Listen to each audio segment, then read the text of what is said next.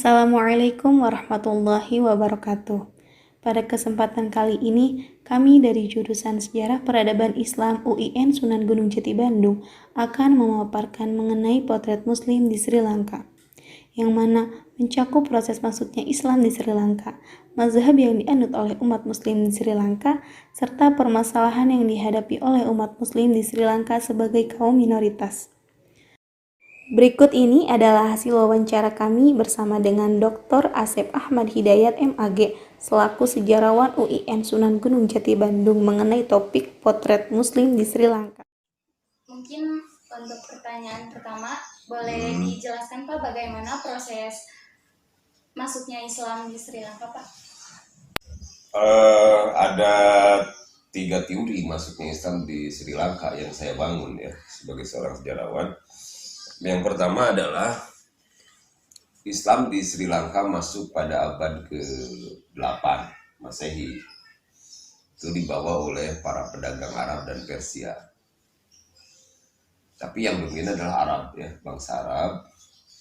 Pada abad ke-8 itu sudah berdiri sebuah kerajaan apa di Timur Tengah?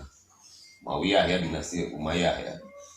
Jadi masuknya Islam di Sri Lanka itu sudah terjadi pada abad ke-8. Bahkan sebelumnya sudah dikenal karena Sri Lanka itu perlintasan perdagangan laut ya, antara India gitu kan, sampai menuju ke Cina dan ke barat. Ke baratnya adalah Arab ya, Arab, kemudian Persia, kemudian Mesir gitu kan. Itu pada abad ke-8. Mereka melakukan pernikahan ya, pernikahan dengan orang-orang pribumi.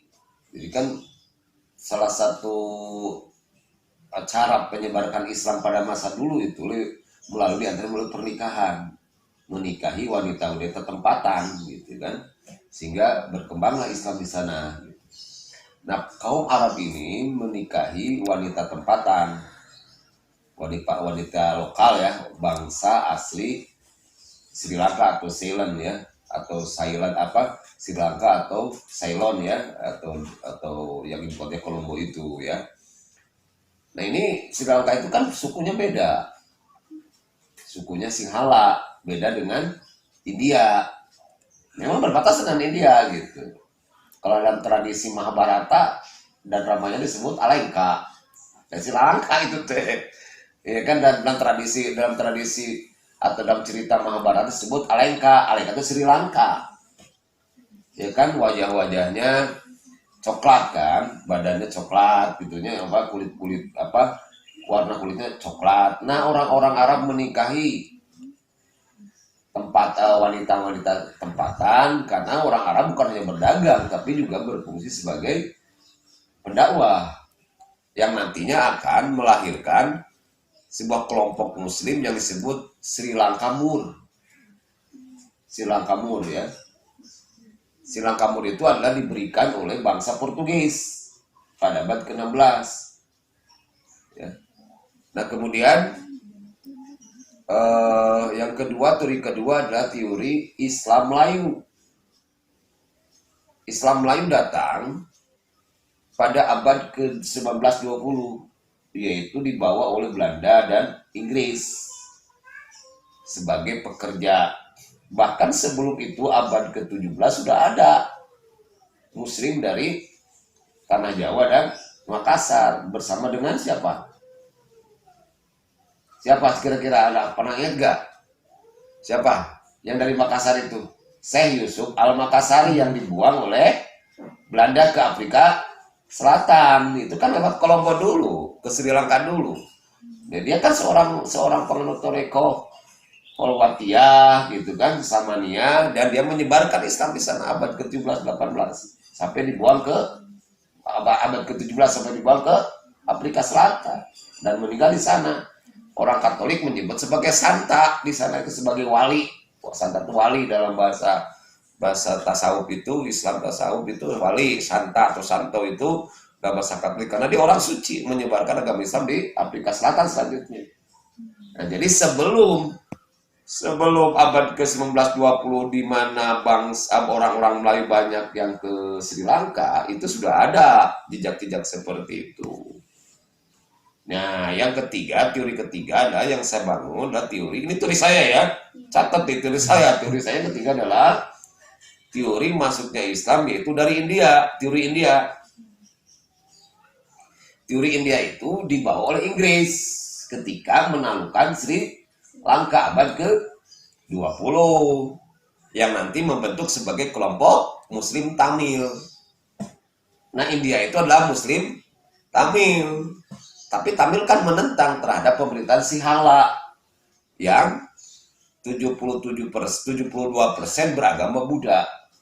Sementara Tamil Hindu dan Muslim. Paham nggak? Nah, konsep Muslim di sana tidak lagi berdasarkan misalnya etnis Melayu. Nggak ada etnis Melayu di situ. Memang Muslimnya etnis Melayu, Tamil, kemudian apalagi Arab atau Sri Lankamur ya. Sri Lankamur itu namanya. Nah, dalam konstitusi Sri Lanka itu semua Muslim tidak dianggap sebagai satu sekte, itu Muslim saja istilahnya. Kelompok Muslim saja atau suku Muslim saja. Kenapa?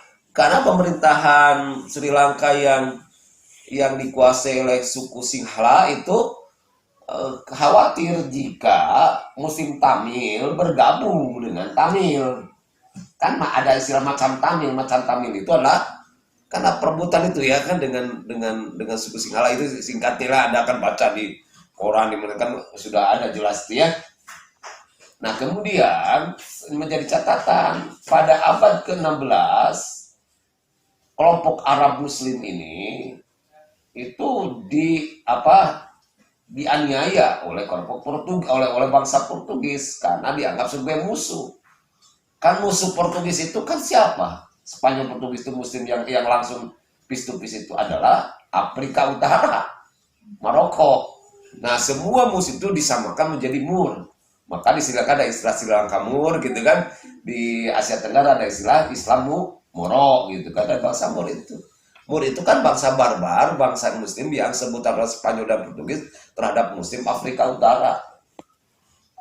Nah, jadi Islam pada abad ke-8 sampai ke-15 itu damai, tidak ada gangguan gitu. Bahkan ketika datang juga Muslim pada selanjutnya abad ke-17, 18, 19 dari bangsa Melayu, ya dari Jawa, ya Sunda, Jawa, Malaysia, dan kemudian juga India, ya India Pakistan itu damai. Lalu untuk mazhabnya Pak, mazhab apa saja yang ada di Sri Lanka ini? Ya, Sri Lanka madhabnya madhab Sunni. Mayoritas Sunni Syafi'i, sedikit Sunni Hanafi. Kemudian ada sedikit Syiah. Syiah itu sedikit sekali karena memang dia disebarkan Persia, ada Persia, tetapi juga ada kelompok Ahmadi sangat sedikit. Nah, jumlah Muslim di Sri Lanka itu ketiga. Populasi Muslim di Sri Lanka itu ketiga setelah yang pertama agama Buddha, ya kan? Kemudian Hindu, yang ketiga Muslim 7,2%. Kristen Protestan 6,2%, antara 6,1 atau 6,2%.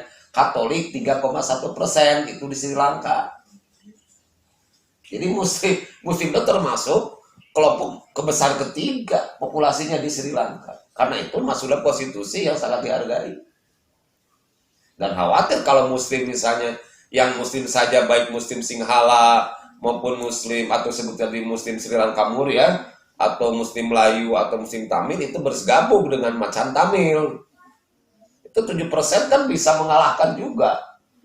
Tambah Kristen mungkin bisa bergabung ke sini ya gitu. Makanya konstitusinya dipisahkan menjadi konstitusi Muslim dan konstitusi Sri Lanka itu Muslim saja, tidak etnis Melayu, tidak etnis Tamil, tidak etnis tidak etnis Sinhala, tidak etnis Arab, tidak. Muslim saja, jadi menjadi sebuah kesatuan Muslim saja. Ini kan berbeda.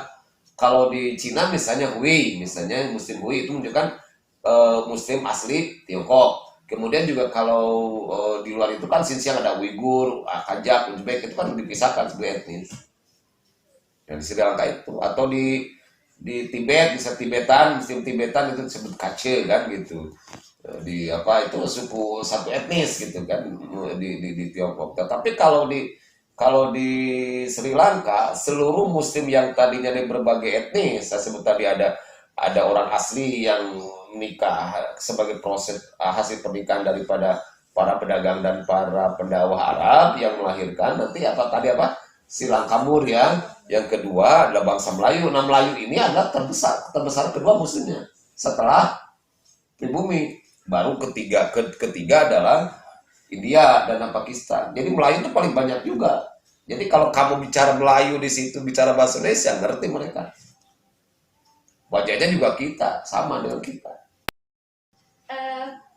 Mungkin untuk masalah ya, Bah. Mungkin apa saja sih masalah yang dihadapi oleh Muslim di Sri Lanka ini? Mengingat kan Muslimnya minoritas ya. Iya minoritas saya sebutkan tadi, tapi juga kan sangat dihargai begini. Ya Buddha Theravada kan 72% di Sri Lanka itu. Muslim 7,2 bahkan sekarang diperkirakan 7,5%. Pertama sejak berabad-abad ekonomi Muslim di Sri Lanka itu yang paling dominan. Artinya penguasa ekonomi perdagangan dikuasai oleh kaum Muslim. Itu yang harus Anda catat. Jadi sampai berdiri Republik negara Sri Lanka itu Muslim itu justru yang menguasai perdagangan di Sri Lanka itu kelompok Muslim, baik Melayu maupun Sri Lankamur maupun Sri Lankamur kan turun dari Arab dari tukang dagang. India ya ada dagang, kebanyakan juga ya mereka ya dulunya pekerja Inggris kan British pada masa itu karena ketika Sri Lanka di bawah Hindia Timur ya Inggris gitu, pemerintahan Hindia Timur itu Inggris. Nah kemudian selanjutnya kan ketika terjadinya konflik antara Macan Tamil dengan pemerintah Sri Lanka, itu Muslim itu terjepit berada di tengah-tengah. Kalau dia misalnya mengikuti Sri Lanka atau Sri Lanka itu akan dihabisi oleh Macan Tamil. Mungkin Macan Tamil akan dihabisi memang dilematis.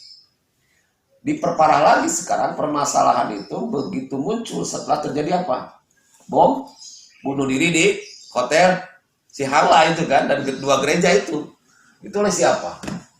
Oleh kelompok yang mendirikan mengaku dirinya ISIS. Nah sebenarnya orang-orang Muslim di sana damai, itu jelas ada intervensi asing untuk mengacaukan Sri Lanka dan Muslim. Kan yang terjadi perang di situ kan yang terjadi konflik itu antara Buddha Theravada dengan Hindu.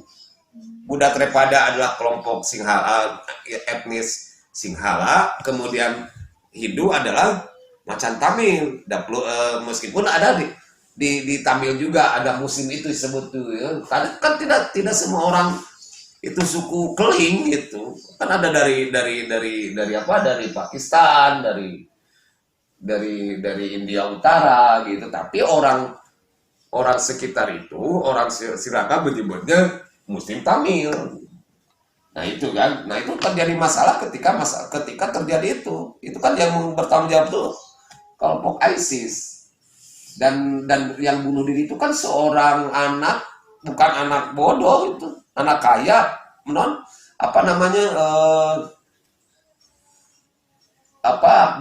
bapaknya itu keluarga itu bisnis rempah-rempah, anak terkaya itu dia bunuh diri tiga-tiganya karena terdoktrin oleh ISIS itu, dia bom bunuh diri kan di segala. Mengapa misalnya tidak Kristen yang itu? Jelas di sini untuk mensudutkan Muslim. Mengapa misalnya tidak Buddha gitu untuk mensudutkan Muslim? Mengapa tidak Hindu?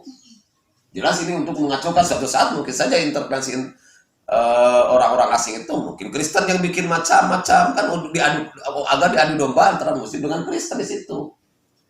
Ya kan di Sri Lanka itu kan kalau logikanya kalau Muslim itu pasti membom Buddha, ya kan, membom kuil. Jelas ini ada rekayasa asing agar orang-orang asing di luar Sri Lanka agar Muslim dengan Kristen bertengkar gitu. Nah, jadi akhirnya jadi isu menakutkan dan orang-orang Muslim tertekan di situ, tertekan masalahnya itu. Jadi ada image jelek, Islamfobia. Masalah yang kedua ada diskriminasi nanti dari pemerintahan dan orang-orang Sri Lanka, ya kan, dari suku Sinhala itu. Sehingga ada pada 2019 kan diprotes. Perdana menteri-menteri dari Muslim yang ada di Sri Lanka dan gubernur Muslim Sri Lanka diprotes oleh aksi demonstrasi oleh kelompok Buddha Tripada. Ya, semakin terancam mundur itu menteri dan gubernurnya. Kemudian juga masalah tahun 2020 muncul juga kan saya sebut tadi bahwa Sri Lanka itu kan Buddha Theravada. Nah, pemerintah Sri Lanka memberlakukan untuk orang-orang yang kena COVID-19 ya, COVID-19 itu termasuk 15 Muslim itu dikremasi, mau dibakar. Karena ada protes dari kelompok Buddha bahwa takut mencemari tanah-tanah, air tanah itu, kata Buddha. Akhirnya ya diproteskan oleh konferensi internasional. Muslim juga protes di sana. Bahkan bayi yang dikatakan itu padahal tidak COVID juga dianggap COVID. Jadi memang sekarang Muslim pada 2020-2021 ada terjadi dilematis yang Muslim itu tersudutkan secara opini karena salah satunya ada kasus ISIS itu, ya, kasus ISIS. Ya, saya pikir itu bukan ya ada intervensi asing. Berdasarkan hasil wawancara tersebut, dapat ditarik kesimpulan bahwa terdapat 3 teori mengenai masuknya Islam ke Sri Lanka. Teori pertama ialah teori Arab dan Persia yang menyebutkan bahwa Islam masuk ke Sri Lanka pada abad ke-8 Masehi. Teori kedua ialah teori Islam Melayu yang menyebutkan bahwa Islam masuk ke Sri Lanka pada abad ke-19 hingga abad ke-20 dibawa oleh Belanda dan Inggris. Teori yang ketiga ialah teori India yang menyebutkan bahwa Islam dibawa oleh Inggris pada saat menaklukkan Sri Lanka pada abad ke-20 yang nantinya membentuk kelompok Muslim Tamil. Mazhab yang dianut oleh Muslim di Sri Lanka ialah mazhab Sunni, dengan mazhab Sunni Syafi'i sebagai mayoritasnya, diikuti oleh sedikit mazhab Sunni Hanafi, Syiah, dan juga kelompok Ahmadi. Sebagai kaum minoritas, keberadaan umat Muslim di Sri Lanka begitu dihargai.